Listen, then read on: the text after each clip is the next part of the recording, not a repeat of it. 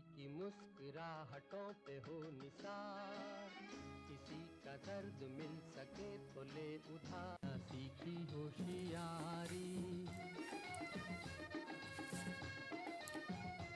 कल खेल में हम हो न हो, तुमने ना गर्दिश में वो तारे रहेंगे सदा। तन्हाई, सच है दुनिया भूलोगे में तुम, लोग भूलेंगे बेवफा वे, है पर हम अनाड़ी। तुम्हारे रहेंगे सदा। ग्रेटेस्ट शोमैन राज कपूर अपने समय के सबसे बड़े शोमैन थे। सोवियत संघ और मध्य पूर्व में राज कपूर की लोकप्रियता दंत कथा बन चुकी है।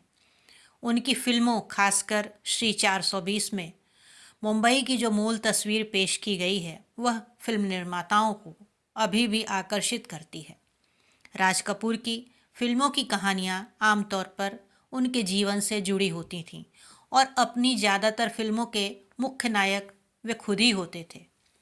14 दिसंबर 1924 को पेशावर में कपूर परिवार के यहाँ पृथ्वी राज कपूर के बेटे के रूप में जन्मे सृष्टिनाथ कपूर, जिन्हें रणवीर राज कपूर के नाम से भी जाना जाता है, एक भारतीय अभिनेता, फिल्म निर्देशक और निर्माता थे जिन्होंने हिंदी सिनेमा में काम किया था।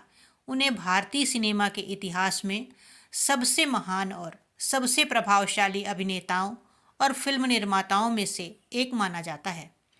उन्हें भारतीय सिनेमा का सबसे महान शोमैन और भारतीय हिंदी सिनेमा का चार्ली चैपलिन कहा जाता है। इस महान कलाकार के बारे में बात आसमान करते का हुए तारा आज हम जानेंगे हूँ, उनसे जुड़ी आवाज। कुछ दिलचस्प बातों के मध्य सिनेमा जगत में आने के बारे में। तो 1930 में उनके पिता पृथ्वीराज कपूर थिएटर में काम करने के चलते मुंबई पहुंचे। राज कपूर पर उनके पिता का गहरा असर रहा। बचपन से ही उन्हें किसी भी तरह का स्पेशल ट्रीटमेंट नहीं मिला, भले ही वो एक्टर और पृथ्वी थिएटर ग्रुप के मालिक के बेटे थे। उनके पिता पृथ्वीराज कपूर भारतीय सिनेमा के सफल और मशहूर रंगकर्मी के साथ फिल्म अभिनेता हुआ करते थे। राज कपूर ने 1935 में आई फिल्म इंकलाब से अपने करियर की शुरुआत की थी, लेकिन इस फिल्म में वह बाल कलाकार के रूप में दिखे। फिल्मी दुनिया में कदम रखे राज को सिर्फ 1 साल हुआ था और उन्होंने 1948 में महज 24 साल की उम्र में अपना स्टूडियो खोल दिया था, जिसका नाम आर के फिल्म्स है।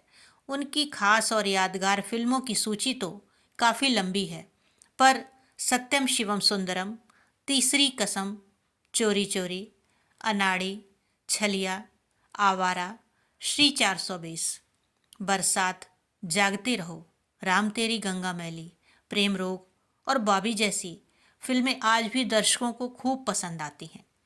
राज कपूर ने कई आइकॉनिक फिल्मों में काम किया।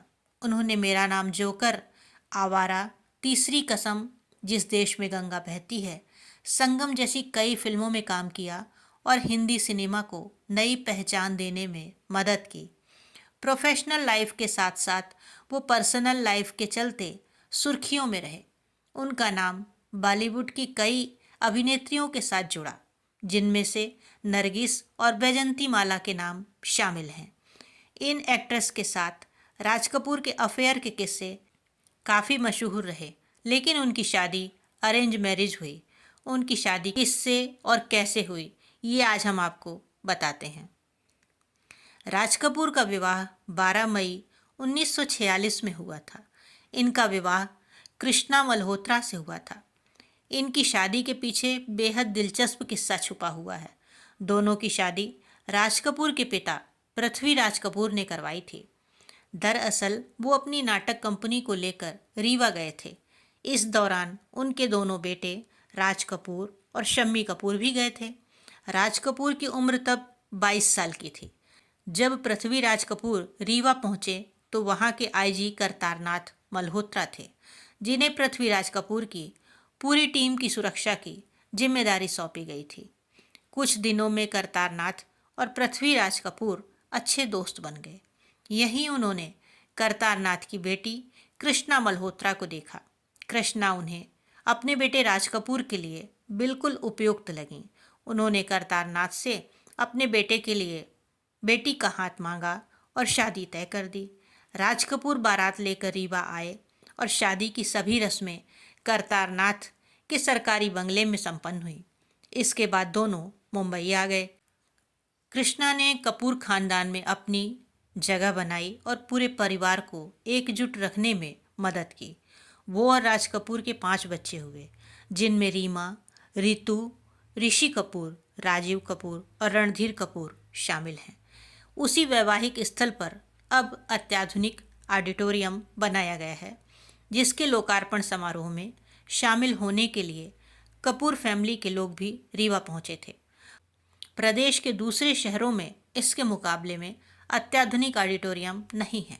सबसे अधिक क्षमता वालों में भी इसका नाम लिया जाता है। राज कपूर ने 9 फिल्म फेयर अवार्ड्स अपने नाम किए। वहीं राज कपूर को 1971 में पद्म भूषण और 1988 में दादा साहेब फाल्के पुरस्कार से सम्मानित किया गया था।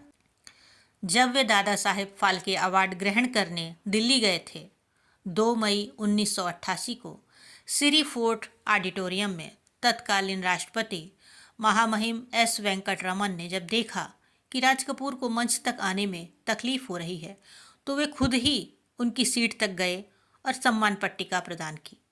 ठीक इसी क्षण इस महानायक को दमे का जोरदार दौरा पड़ा और वे सीट पर निढाल हो गए।